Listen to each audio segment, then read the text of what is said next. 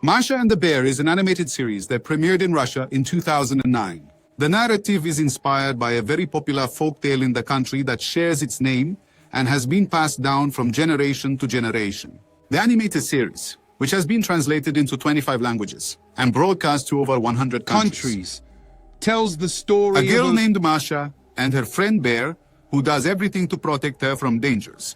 But the original story isn't the whole story. So cute, isn't she? Once upon a time, If one stinks, the brother stinks there too. was a granddaughter named Do. One day, a group of friends decided to go into the forest to pick mushrooms and fruits, and went to her house to invite her on this adventure with them. Please, Grandma and Grandpa, don't get hurt. Let me go to the forest, the girl asked. Initially, you can go, but stay close to the others and don't lose sight of them. Otherwise, you might get lost in the forest, my granddaughter. The grandparents replied enthusiastically. Given this permission, Masha and her friends set off towards the forest to hunt for mushrooms and fruits.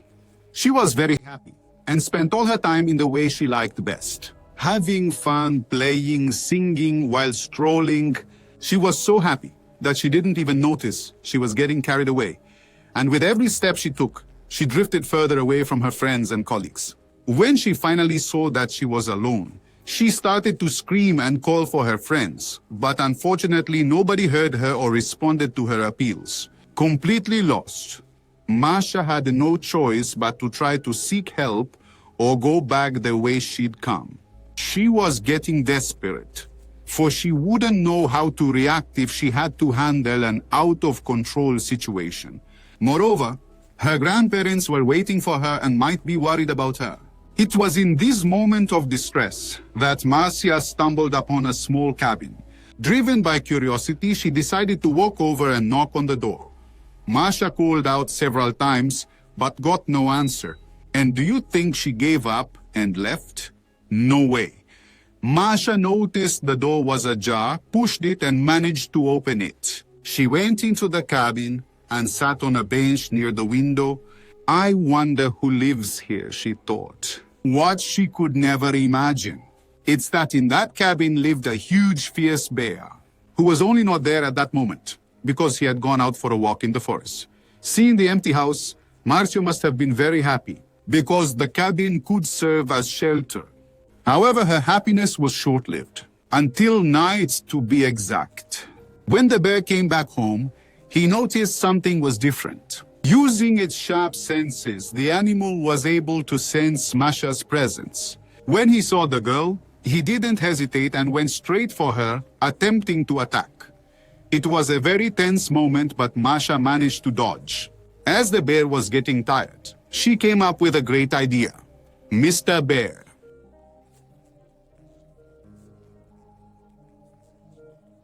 With this ace up her sleeve, Masha bargained for her survival and convinced the bear not to kill her. However, it's clear that this so-called little favor wasn't cheap. The bear agreed not to eat her, but she remained a prisoner, unable to go home or even stroll through the forest. Now, I will never let you go. And then Marcia began to suffer every day with this situation. You must never leave without me, he said to her, because if you leave, I will catch you and kill you. With me. And pay attention to how she might escape us. Everything around was forest, and there was no one to ask which way to go. She pondered for a little while until she had a brilliant idea, and no one outsmarts her.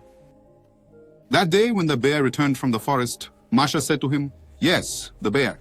Please let me spend a day in my village. I want to bring some delicious pies to my grandma and grandpa. No, that won't do any good. You might get lost in the forest and could run away. But if you give me what you intend for your grandma and grandpa, I'll take it myself," said the bear. That was all Martia wanted to hear. She baked some pies, placed them on a plate, and taking a very large basket, said to the bear, "I'll put the pies in the basket, and you can take them to my grandma and grandpa. But beware, you mustn't open the basket on the way, and also shouldn't eat any of the towers." "Very well, hand me my basket," said the boy. stepping onto the balcony to make sure it wasn't raining. While he was away, Masha seized the moment and climbed into the basket, opening with the towers. The bear walked in and there was the basket ready to go. He tied her to his back and left. The bear moved through the forest, walking along a long and winding trail. He got tired and sat down to rest. If I don't rest my bones, I think I'll die. So I'll sit in a jiffy and eat a pie. At that moment, Masha yelled from the basket, "I'll shoot. I'm watching you. Don't stop to rest on the tree stump and don't touch the pies." Startled, the bear thought he had heard things and continued his journey. "What a clever little girl Masha is," said the bear. "She's sitting high up in a tree and is far away, but she sees everything I do and hears everything I say." He got up and walked even faster than before. Upon reaching the village, the bear started looking for the house where they lived. From the grandfather and grandmother of his son. From Masha. It didn't take long for him to find the property. Impatient, the bear knocked on the door hard to get the attention of Masha's grandparents. "Knock, knock, open the gate," he shouted. "I've brought something for you from the march," he shouted. But the village dogs sniffed out the bear and ran towards it from all over the yards, howling and barking. The bear got scared, dropped the basket near the gate, and ran away as fast as it could without looking back. Facing this commotion, the grandparents arrived at the gate and saw the basket. "What is in the basket?" "Grandma." Masha's grandfather lifted the lid, looked, and couldn't believe his eyes. To his joyful surprise, there were Masha, Sam, and Sal, Masha and her friends. They hugged intensely, celebrating warmly this long-awaited reunion. This is the original story, which is much darker than the cartoon because it deals with themes like slavery and violence. In other words, far from the version that portrays a beautiful friendship between the little girl Masha and the... But there's another story, this time real, much more sinister and gruesome, and it even inspired the tale of Phobos. It all happened more than 200 years ago, around 1820. In old Tsarist Russia, Masha was an innocent little girl who lived in a small countryside village. Arriviti pas celui de champ.